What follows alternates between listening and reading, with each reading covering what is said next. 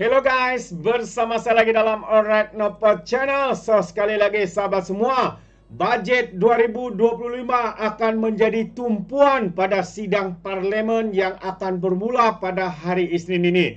Tinggal 2 hari lagi sahabat-sahabat semua. Jadi kita pun tidak sabar apakah bajet yang akan ditekankan ya dalam pembentangan bajet 2025 ini.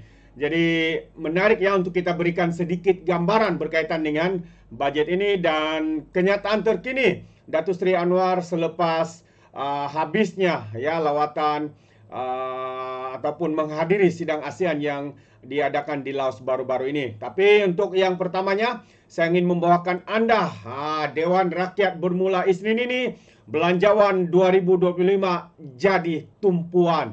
Itu antara kenyataan media yang menarik ya untuk saya kongsikan bersama dengan anda.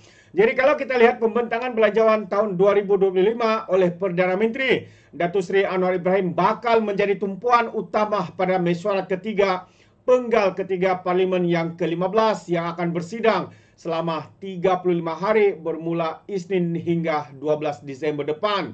Belanjawan bertemakan ekonomi madani, negara makmur, rakyat sejahtera itu adalah belanjawan ketiga yang digarap Kerajaan Madani di bawah pimpinan Anwar dan terakhir di bawah rancangan Malaysia ke-12 sebelum menginjak ke rancangan Malaysia yang ke-13 bagi tempoh 5 tahun mendatang.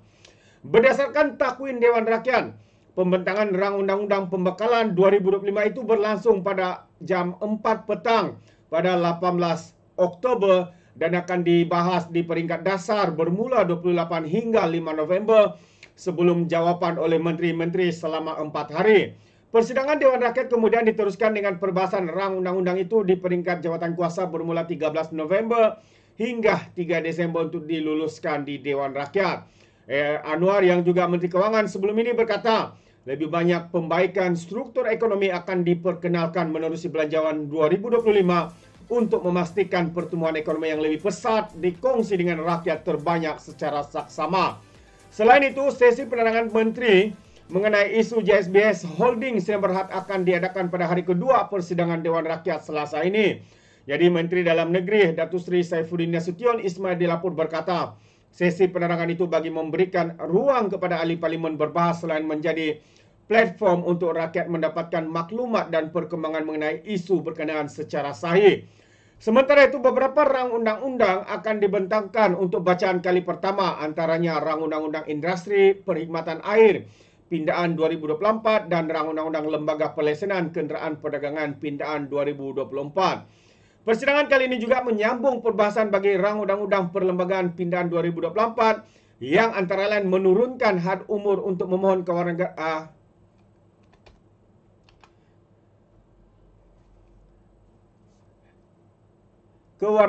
Minta maaf ya, kita punya line tiba-tiba putus. Jadi sampai di mana sudah tadi? Alright. So antara lain juga akan menyambung perbahasan bagi rang undang-undang ya persidangan pindaan antara lain bertujuan untuk menurunkan had umur untuk memohon kewarganegaraan daripada 21 tahun kepada 18 tahun. Ya, serta rang undang-undang pencegahan dan pengawalan penyakit berjangkit tahun 2024. Itu dia. Dan seterusnya selain itu rang undang-undang pentadbiran undang-undang Islam wilayah-wilayah persekutuan pindaan 2024, rang undang-undang mufti wilayah-wilayah persekutuan dan juga rang undang-undang tata cara amal mahkamah syariah wilayah-wilayah persekutuan pindaan 2024. Yang Dipertua Dewan Rakyat Tan Sri Dr. Jari Abdul ketika dihubungi bernama berharap persidangan kali ini berlangsung dengan lancar melibatkan penyertaan ahli parlimen dalam perbahasan penting mengenai belanjawan 2024 dan isu-isu rakyat. Beliau berkata tempoh persidangan Dewan Rakyat perlu dimanfaatkan sepenuhnya ahli-ahli parlimen sebagai medan perbincangan serta penyelesaian masalah selain mempamerkan etika serta disiplin tinggi sebagai wakil rakyat. Saya amat berharap semua ahli parlimen kena keluar daripada kepompong politik. Ini waktu yang untuk bekerja keras, memberikan pandangan dan masing-masing harus memberikan komitmen supaya kita dapat bergabung dalam membangunkan negara, katanya. Dalam pada itu, Dewan Negara akan bersidang pada 2 hingga 19 Disember ini Disember hujung tahun ini. Jadi itu antara kenyataan yang menarik ya untuk kita kongsikan bersama sahabat semua. Dan selain itu, perkembangan berkaitan dengan misi delegasi Malaysia ke Vientiane, Laos berjalan dengan lancar. Itu antara kenyataan daripada Perdana Menteri yang menyatakan bahawa sepanjang sidang kemuncak ASEAN yang ke-44 dan sidang ke-45 serta sidang-sidang kemuncak berkaitan di Laos bermula Rabu lalu berjalan dengan lancar.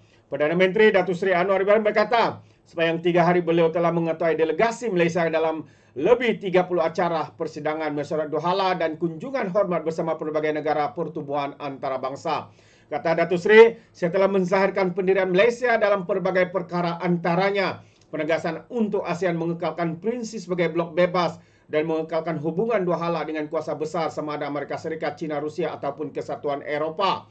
Tambah lagi dalam setiap persidangan dan mesyuarat Dohala saya telah tetap mengulangi pendirian Malaysia, katanya, yang mengutuk kekejaman Israel di Gaza dan kini di Lebanon, serta menggesa masyarakat dunia lantang bersuara mengecam pelanggaran hukum antarabangsa secara sewenang-wenangnya oleh rejim Zionis.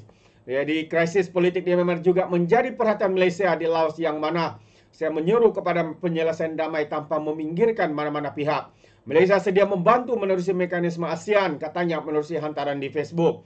Perdana Menteri berkata isu pertikaian di Laut Cina Selatan turut dibangkitkan dan beliau menegaskan kepentingan untuk semua pihak menyelesaikan isu tuntutan secara diplomasi mengikut jalur hukum antarabangsa, terutamanya UNCLOS 1982 and resolving dispute in the South of China Sea. Itu antara kenyataan Datuk Seri, dan tambah lagi saya turut menggalakkan rakan-rakan ASEAN untuk mempertingkatkan perdagangan dan pelaburan dengan rakan dialog seperti Jepun, Korea, China, Australia, New Zealand dan juga Kesatuan Eropah. Kemuncak persidangan adalah di hari terakhir di mana Malaysia secara rasminya menerusi tugas sebagai pengerusi ASEAN 2025, ujarnya. Beliau turut mengucapkan terima kasih kepada kerajaan Laos atas layanan baik sepanjang berada di Vientiane. Jadi sekalung penghargaan, kata Datuk Seri, kepada petugas media Malaysia yang mengikuti perjalanan delegasi negara ini. InsyaAllah kita akan bertemu semula di Malaysia tahun depan, ujarnya. Semalam Malaysia menerima tugas sebagai pengerusi ASEAN bagi 2025 daripada Laos.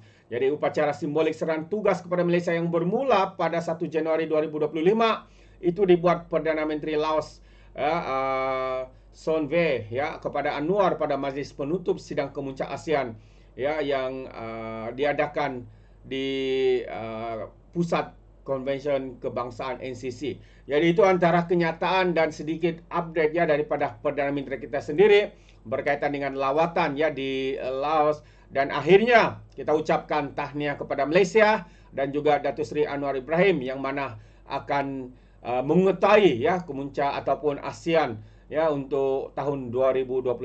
Tahniah sekali lagi. Jadi sahabat semua, sampai di sini saja. Sekiranya Anda mau berikan sebarang komen, pandangan mungkin Anda boleh berikan di dalam ruangan komen. Jadi izinkan saya untuk mengundurkan diri.